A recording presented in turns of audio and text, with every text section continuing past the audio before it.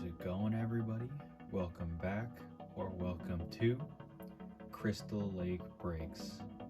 Today is another Thursday video, which means that it's gonna get a little bit scary. Here on Crystal Lake Breaks, every Thursday, we do a lip and tear video where we break a box of cards and talk about some scarier, darker topics. Today, we're going to be talking about Minnesota folklore and tales while we open a box of 21, 22 Series 2 hockey cards. We're also going to be opening up a box of Garbage Pail Kids Go on Vacation cards once I'm done opening this box. I don't know if we'll get through the entire pack, but I ran out of fat packs, so I don't have any more hockey cards for the video. So without further ado, let's get into the stories. The first story we're going to be talking about today is about a place known as Dead Man's Trail.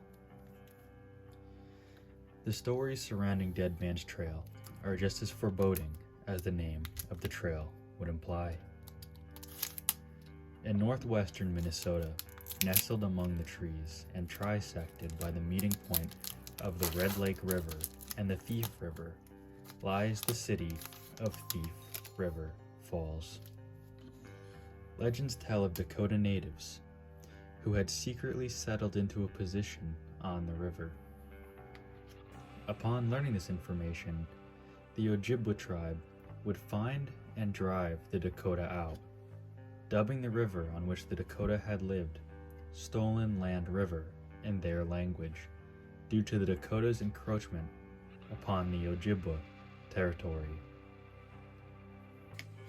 In time, the name would simplify to Thief River, and when the city was settled, the name was essentially pre-decided: Thief River Falls.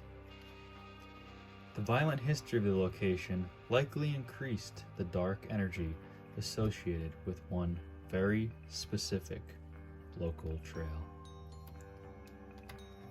In Thief River Falls, there is a hiking trail that goes by the name Dead Man's Trail. The name has a variety of different stories that try to explain its gruesome nature. The two most popular are that a man wanted for murder fled using the unpaved trail as a means to escape. During his flight, the man would seek refuge in a cave. It is likely that during this time, he felt it was too dangerous to leave and would perish in that cave, or that he was killed during his flight. Those who believe this story also insist that his spirit can still be seen on the trail at night, eternally fleeing from his pursuers. The other story refers to a young woman, who in some versions of the story is Native American, who was fleeing from a group of attackers. This woman was carrying her baby, but the baby was both loud and slowing her down. In order to save her baby, she would stop and hide the child along the trail before continuing to run, hoping to stop, hide, and evade those hunting her, before doubling back and recovering her baby, escaping to safety together. After successfully losing those following her, the woman would return to the spot she had left her baby.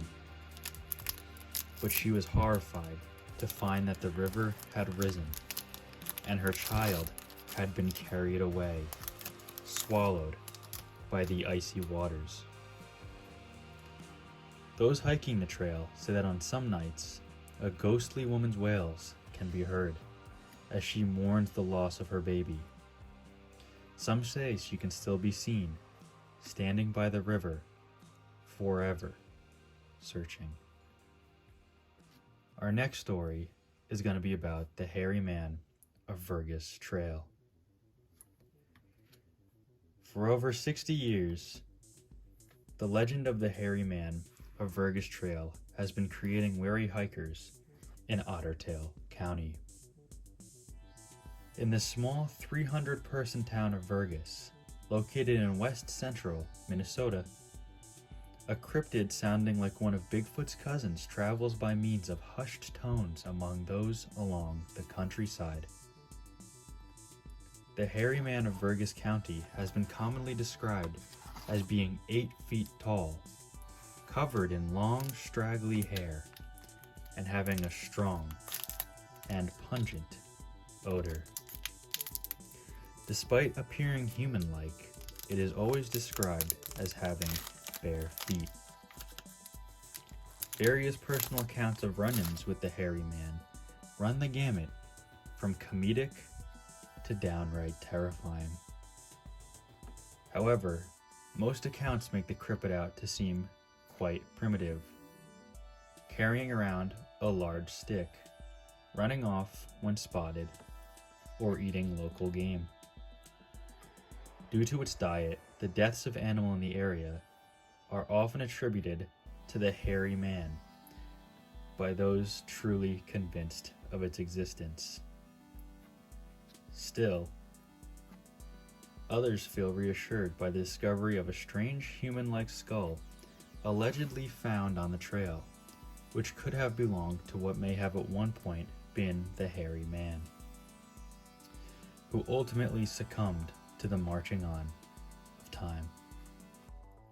However, that skull was never turned over to any kind of authorities or research team, and so the validity of this claim cannot be verified. For this reason, and due to the uncertainty of the truth behind this legend, many hike the Vergas Trail with some degree of caution, enjoying the beauty of nature that Minnesota has to offer, while occasionally letting their minds wander to something more sinister that may stalk the woods they themselves are exploring.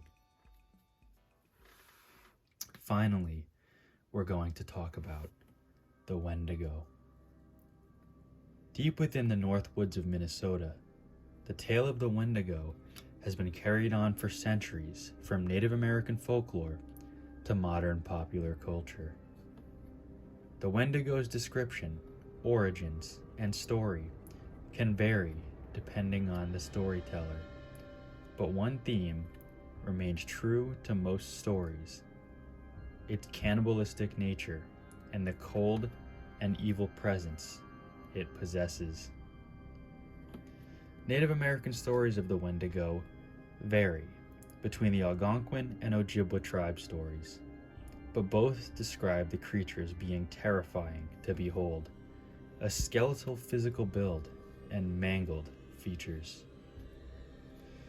While the Native American fables of the Wendigo focus heavily upon spirits and possession, the most common trope that has been seen regarding stories is its relationship to cannibalism.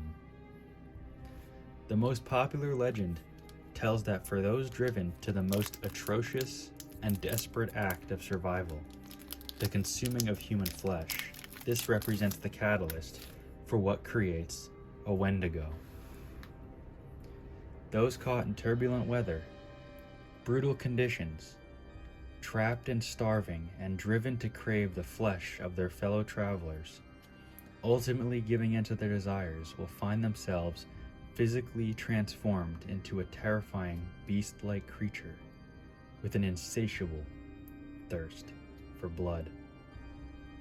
After their transformation and gorging on their human meal, the newly turned Wendigo is forced to stalk the icy woods of northern Minnesota.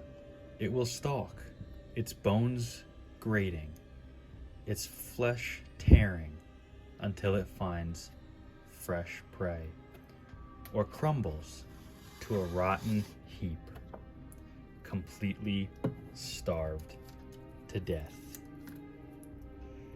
The story of the Wendigo can be seen documented from the 1800s until the 1920s by those in Roseau, Minnesota, where every time it was allegedly spotted, a sudden and mysterious death would follow before this trend would suddenly end at the tail end of the 1920s.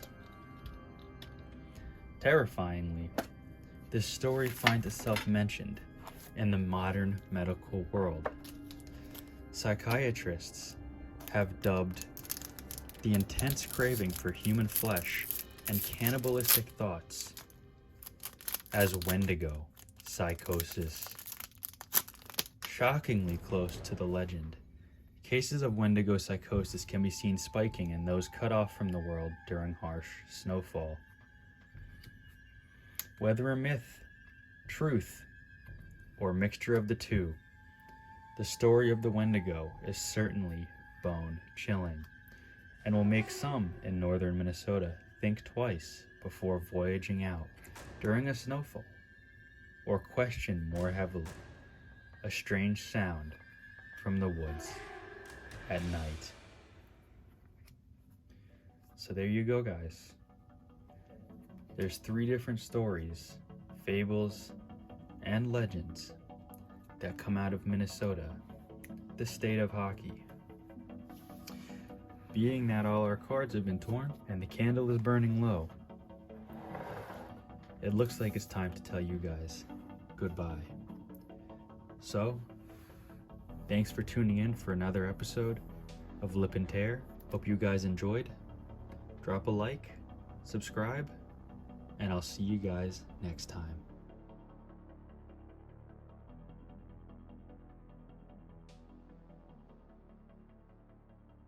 To the most atrocious and